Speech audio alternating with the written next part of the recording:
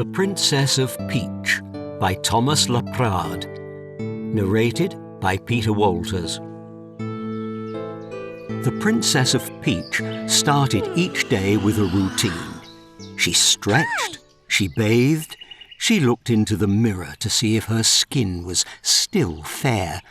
Then she pulled her cheeks back and let go to assess its elasticity.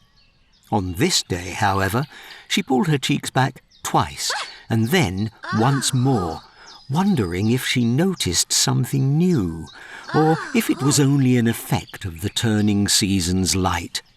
By now, she had been locked away in a tower prison cell for many countless years, never once encountering another mortal human soul.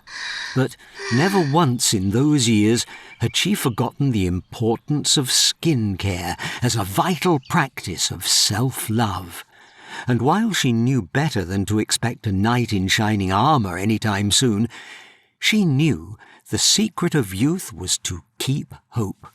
So, on this day, much like any other, the Princess of Peach sat in her creaky wooden chair by her single dungeon window, rehearsing scenes of their first meeting.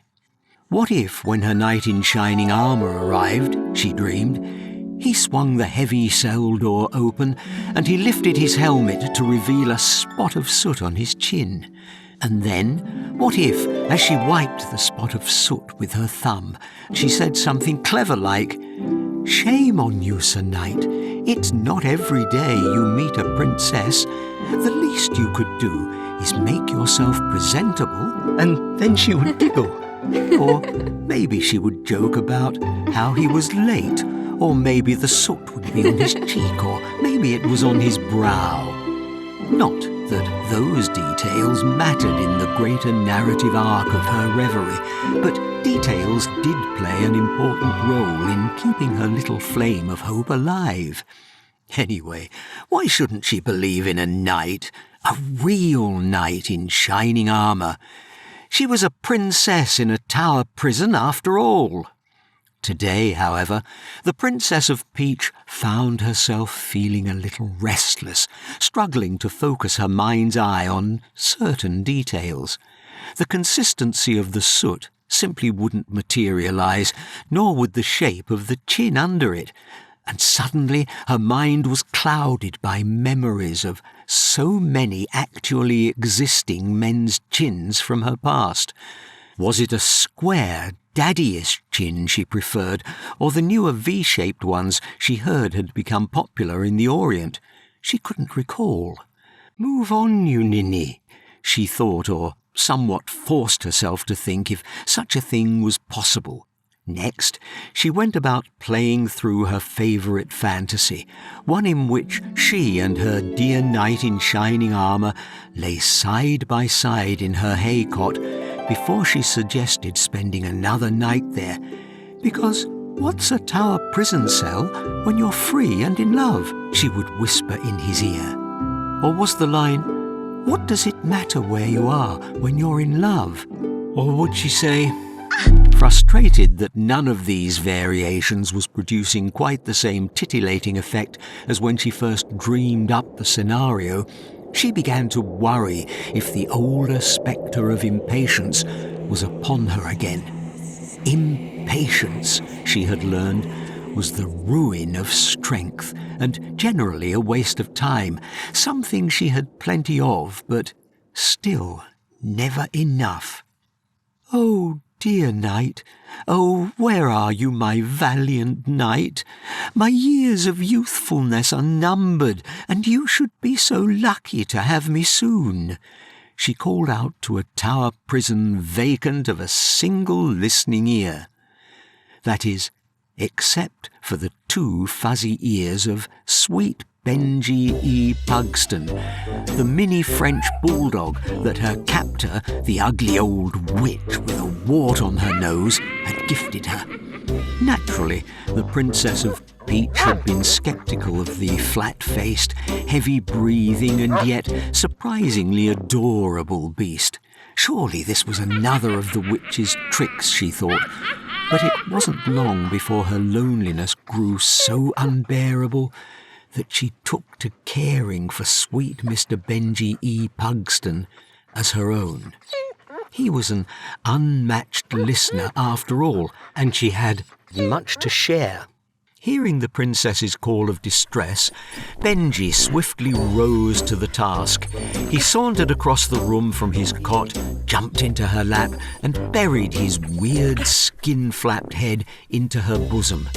Then, with little twisting nuzzles, he let out a little whining coo, and as soon as he did, she forgot all about that stupid V-shaped chin, feeling held firmly in that moment of true and pure love. "Oh, Benjy, you sweet little hair of a sea merchant's rambutan," she exclaimed. "Oh, you pumpkin spice-flavoured cup of wonder." Then she explained to little Mr. Sweet Benjy E. Pugston what a merchant was, and what a sea was, and the joy she felt the first time she discovered the tropical fruit rambutan, and how some special prize pumpkins could grow as large as a man. She often wondered what Benjy would tell her about his world before the tower, if only he could speak. As he fell back asleep, happily curled up in her lap, dreaming about who knows what, the princess looked out of the window and saw it was finally time. There was smoke rising from the distance. It was far off and she couldn't make out much, but she was certain it was coming from a lone man's encampment.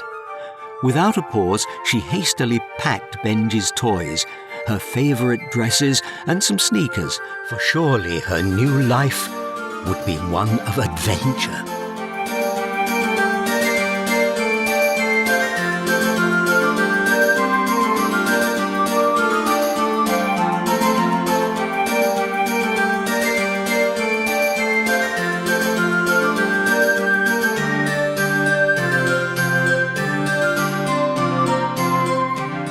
As her saviour-to-be approached the castle, battling all the goons and Goomba prison guards that stood between them, she was taken with giddy excitement.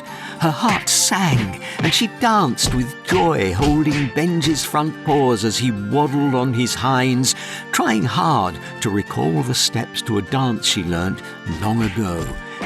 Nearing battles raged outside her prison door, until finally the cries of prison guards fell silent, and then, when her bubbling anticipation came to a boil and she felt as though she might overflow with excitement, the tower prison door swung open to reveal the silhouette of her hero behind the unsettled dust of battle. The Princess of Peach wasted no time to recall what she had rehearsed. "Dear knight, thy deed is great and thine heart is pure, but you sure kept me waiting." And then she giggled, just as she had many times before.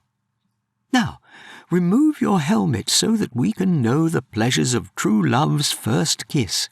She winked and giggled again. And then she froze, for when the dust settled, the small silhouette of a man in the doorway stepped forward. He had no armour, no sword or lance, and no helmet to dramatically pull back to reveal a spot of soot for her to wipe away. Instead, there was only a little mustachioed man in a red cap emblazoned with the letter M, ill-fitting blue overalls, white gloves, and cartoonishly large shoes. The man stood silent in the threshold of her quarters, looking around as if uncertain he was in the right place. The princess's surprise turned to horror as she grew entirely unsure of what to say, and worse, unsure of what this man might want from her. Then, finally breaking the silence, the little man looked up and in a peculiar, strained Italian accent exclaimed, "It's a me, Mario!" The Princess of Peach, still hesitant and perturbed by the cheery tone, assumed by his announcement that the man was not in fact in the wrong place and was certainly not disappointed with what he found in her tower cell. Still, She thought it best to check before giving herself to him. "Sir Knight Mario," she exclaimed, "it is a pleasure to make your acquaintance. My gratitude for your deed is immeasurable, but I must be certain, for there is a witch here who plays awful tricks on me. Are you truly here to free me of the Tower prison? State your intentions." "I am. Wahoo!" he shouted, with an odd jump and a fist in the air.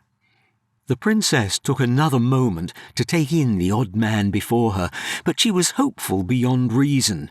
It's what kept her young after all, so she continued. "Oh, how wonderful, Sir Knight Mario! Tell me of your journey here.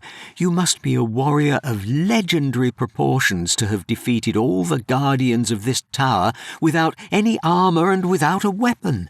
"I jump on other heads and everybody know me. It's a me, Mario." "I'm quite impressed, Sir Knight Mario," said the princess, making her best attempt to hide her confusion. "I have never known a knight to jump on his adversaries' heads and slay them without so much as a dagger." "Well, I'm not a knight." "Not a knight? Ah, then you are Prince. Oh, how wonderful! I am a princess. Indeed, in the classic order of the court, we will make a great match." The strained little man let out another peculiar and belaboured chuckle. Perhaps this fearless warrior was not as confident in his ability to pitch woo. Never mind, she thought, he was brave in more important ways. "My, I am getting a bit of an accent. Are you by chance an Italian prince? Venetian? Florentine? I do love the fine art of those northern Italians." "Ah, parli Italiano?" the princess offered. You speak Italiano?" "I speak many languages. I am a princess." "Very nice. I am a plumber," he said again, jumping with his fist in the air, and then, when no response came, he said it again in an entirely new accent. "A plumber." "A plumber?" she exclaimed in utter consternation. "You jape! How does a plumber find himself equipped for the skilled and treacherous work of a knight? I mean no offence, but surely you are not simply a plumber. And excuse me, has your accent just changed?" Yeah, I don't know. I guess they made Mario a plumber because there are like a lot of pipes in the Mushroom Kingdom, and a lot of the game is underground. Or maybe Mario was a plumber first, and then they designed the levels? I don't know. Mario said in a perfectly neutral mid-Atlantic American accent. The princess took 2 steps back as panic gripped her. Mario took 1 step forward and she let out a scream.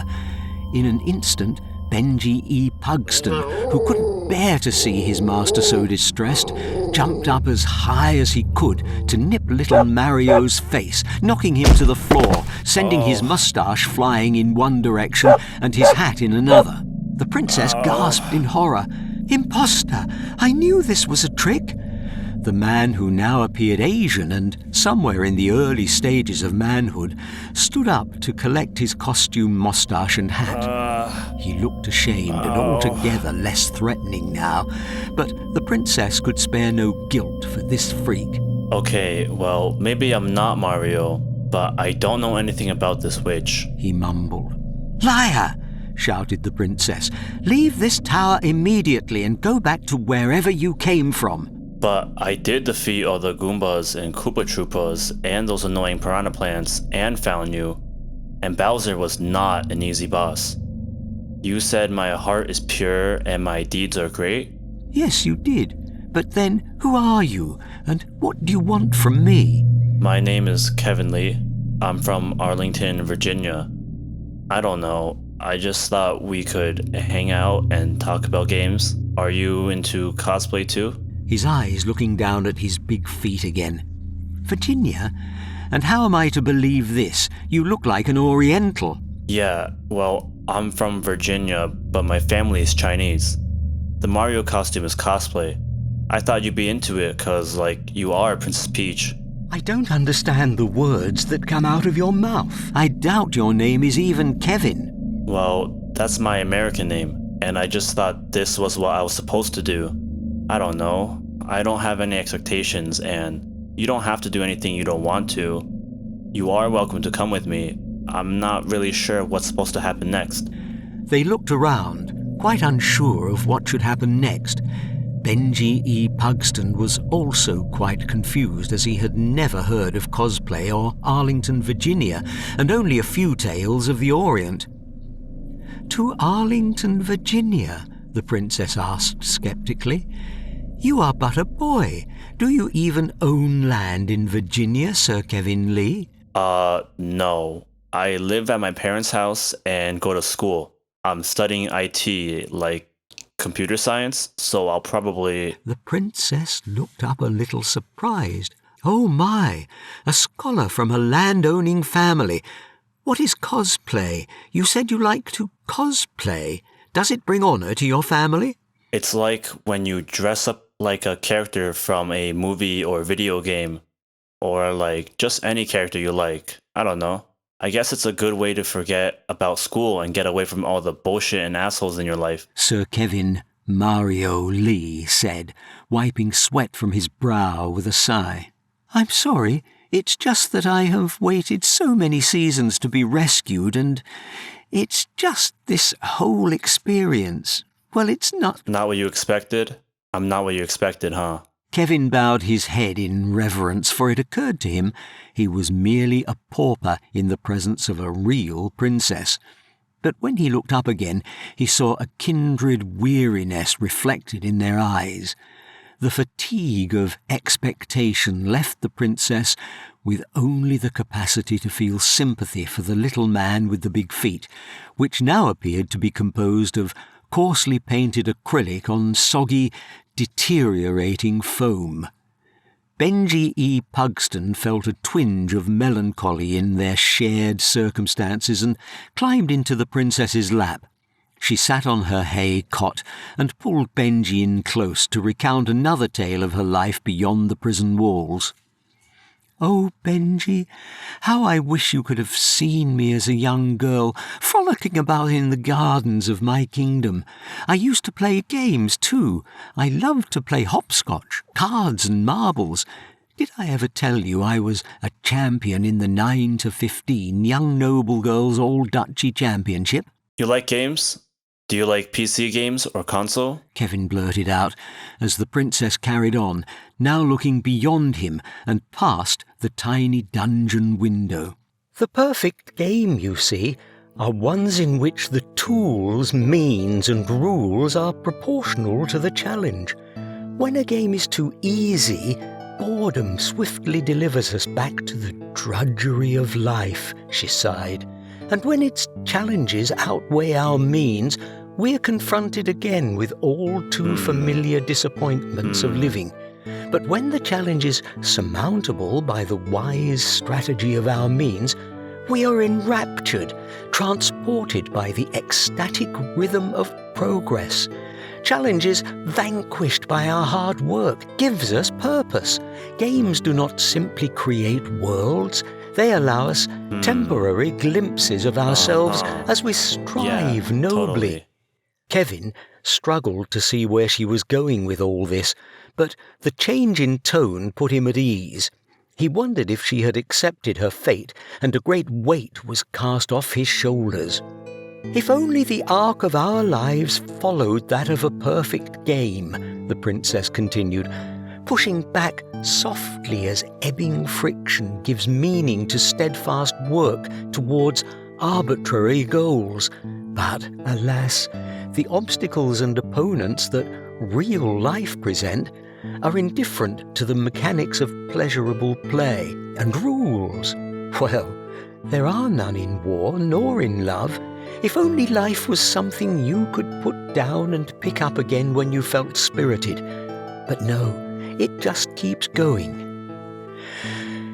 Yes, we grow up when we learn to strategize and calculate professional and social ambitions as if it were all a game. But it's just not the same. Not when we don't have the time for real play." She looked longingly at Benji, holding his head in her hands, gently rolling it back and forth as he did something she liked to think of as a panting smile, but knew expressed a neutral emotion in dogs. Kevin said, eyeing the single wooden chair looking sorrowful by the window. "Oh my, Sir Kevin Lee of Arlington, Virginia, how rude of me. Please take a seat." He sat, and as soon as he did, she carried on as someone might who hadn't had any company in her many years of dungeon confinement. The princess went on to tell Benji and Kevin Lee about her father's chessboards with the bone and ivory inlay and the giant human-size one in the yard that was made of pink coral terrazzo.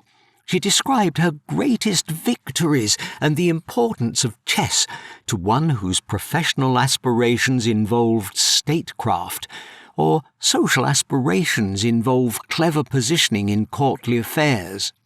Finally comfortable, Kevin allowed his attention to fly for some time out of the window, joining the courtship dance of two swallows whose darting and diving appeared bound by nothing, not even gravity. When his attention finally arrived back to their room, the princess was wondering out loud if, upon seeing a creature like Benji, the ancients would balk at the trajectory of modern breeding technologies. Kevin smiled at this, thinking how nice it was that she already felt so comfortable to share such galaxy-brained thoughts with him. Just because he's not an effective hunter, you see, does not mean that adorable flat face isn't useful to me in countless ways. But how would I explain that to hungry savages who have no time to luxuriate in the sensation of cuteness? Kevin giggled, and noticing that, the princess was reminded that she still knew very little about the young man who sat fidgeting with his costume moustache across from her. Sir Kevin Lee of Arlington, Virginia, beyond dressing up like an Italian plumber, what are your goals? Not just here in our first meeting, but in life. You mean like my 5-year plan or something? Well, I guess I'll finish school. George Mason U has a program where you can get a bachelor's in computer science with a focus on applied IT in just 3 years, and then they help you find an internship. You know, like I'd be solving IT problems in a real business setting. The princess sat on the edge of her seat. She was enthralled by such faraway lands and ideas, the likes of which she had never imagined. "Yes, and then?" she encouraged him, seeing that he was beginning to feel a little more confident in his social skills. Well, I'm working at a micro center now, which is pretty cool because they mostly hire people with more experience than me. But actually, I met some of my friends who do cosplay there. And you know how I said I live with my parents? The princess nodded, and Kevin continued, "Well, I'm actually saving up to get my own place soon. I mean, to rent, not to buy, obviously. But I want to move to DC or just closer to the city." "A cosmopolitan," she whispered. "But I don't know if I could actually live in the city forever." "Why? Would you prefer the peace of a country estate?" "I don't know. It's just so expensive to live in DC now. I would though. Just for a few years, and then probably I'd want to move to Springfield or Falls Church. You can get a pretty big house in Loudoun County for cheap, I think." "I've never heard of such places. Oh, how I love to travel. Once my father took me to Istanbul, where he bought me a fine silk shawl and a small automaton lizard that moved on its very own. Perhaps as a computer scientist, you would have loved the automaton lizard, Kevin Lee of Arlington, Virginia." Kevin said he would have, and joked that he had a friend named Yoshi who was a lizard too. He wasn't quite sure if the joke landed, and indeed the Princess of Peach laughed out of kindness, finally feeling at ease that Kevin's intentions were pure. When she did, a little flame of hope within Kevin's heart began to flicker.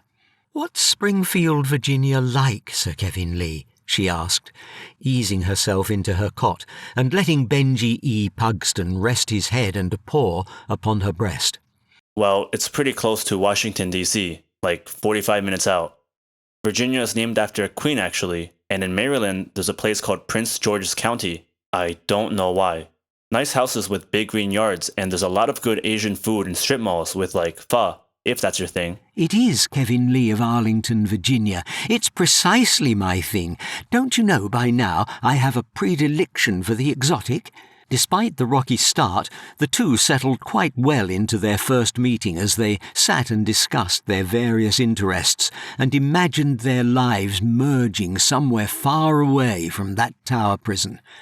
The Princess of Peach told Kevin Lee how she would teach him to sew so that his overalls would fit better, and Kevin told Peach about how he had leased a new Kia Sonata and how they could go to the GameStop where his friend worked at the Crystal City Mall, and then, one day, maybe even do a trip to New York where there would be a great big comic con. With all the day's excitement, Kevin Lee and the Princess of Peach hardly noticed the sun had long ago set and that it was, by now, too late to make the journey from the castle until morning. The princess, who was in her cot, finally free and blissfully unconcerned with spending another night in a prison cell, drifted to sleep. Then, in a rare moment of courage, Kevin channeled all the heroism of Super Mario and lay supine on the floor next to the princess's cot. He stared for some time at the ceiling, where thoughts of the Princess of Peach in his Kia Sonata, in sweatpants and slides, with her hand in his, danced through the night.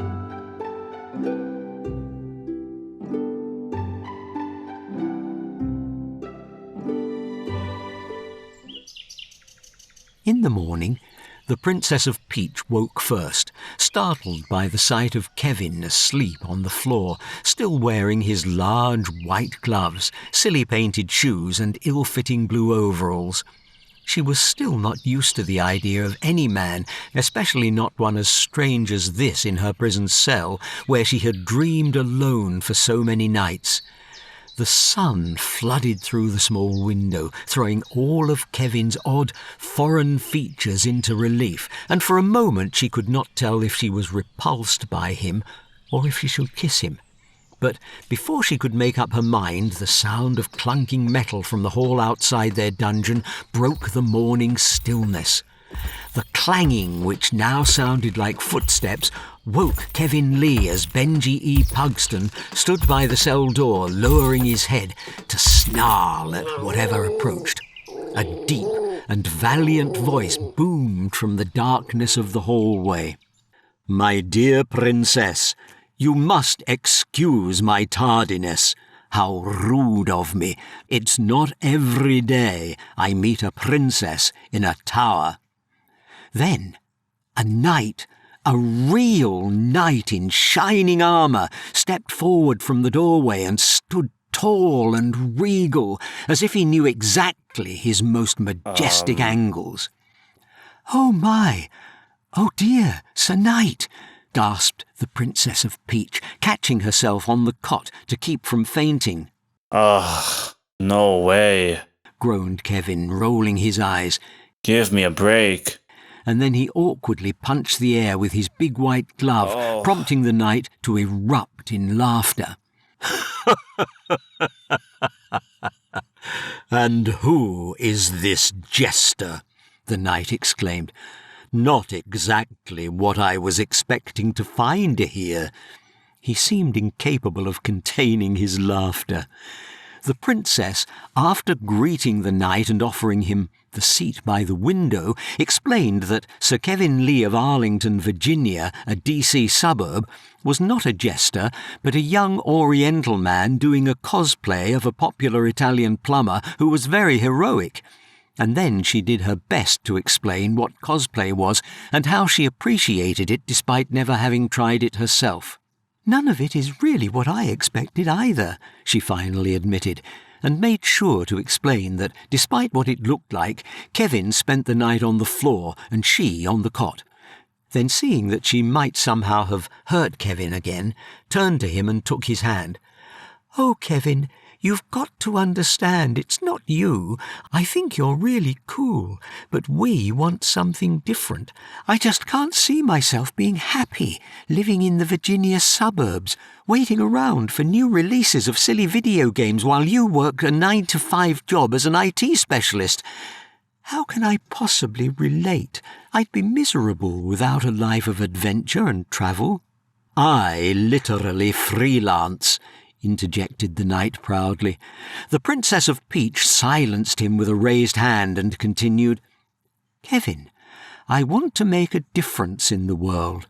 I'm still young too, and I'm not ready to give up on my dream to go to journalism school back in my kingdom, and maybe one day put an end to the corruption that plagues my court. What? Journalism school? You never mentioned that. Kevin seemed surprised and a little annoyed. Well, you never asked, did you? She barked, her own annoyance at the situation beginning to show. Why were you being so fake to me? Excuse me, Kevin, the Princess of Peach exploded, and in half a moment the knight threw little Kevin Lee against the wall and pinned him with all the weight of his metal armour. What the fuck did you just call her, you little shit? The knight growled in Kevin's face. Stop it, both of you, the princess shouted. Sir Knight, I have no interest in going back to wherever you came from either. I don't know a thing about you, either of you. Listen, I need to go home. I sincerely thank you both for rescuing me. I really appreciate you two beyond what words can express. But I just can't deal with this right now. I'm going to go home, back to my own castle, which I have not seen in many countless seasons, and I suggest you both go home too. Feeling somewhat defeated and perhaps a little embarrassed, for different reasons, Kevin Lee and the knight understood quite clearly. They helped bring her bags down the tower stairs and loaded her luggage into a lift, which Kevin was kind enough to call and pay for as a gesture of apology. They wished her well with her studies and sincerely hoped she might one day put an end to corruption in her kingdom. After the two men saw her off, they walked side by side for many days and nights until finally they reached a Renaissance fair where they drank great big beers from tin mugs and laughed with friends who shared similar interests. The end.